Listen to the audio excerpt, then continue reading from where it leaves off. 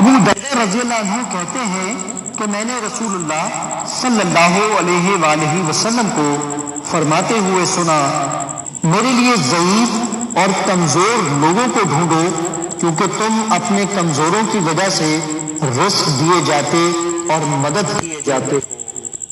سنن نبی داؤد حدیث number 2594۔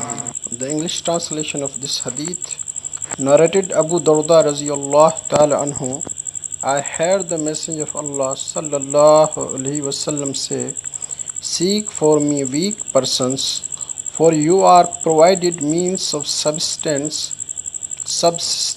and help through your weaklings. Abu Dawud said, Zayd bin Artat is the brother of Adi bin Artat. باب ضعیف اور بےکس لوگوں کے واسطے سے مدد مانگنے کا بیان، جلد سوم، کتاب سنن ابی داؤد، اسٹیٹس صحیح۔ اگر آپ نے ہمارے چینل کو سبسکرائب نہیں کیا تو برائے مہربانی اس چینل کو سبسکرائب کریں، لائک کریں اور دوستوں کے ساتھ شیئر کریں۔ جزاک اللہ۔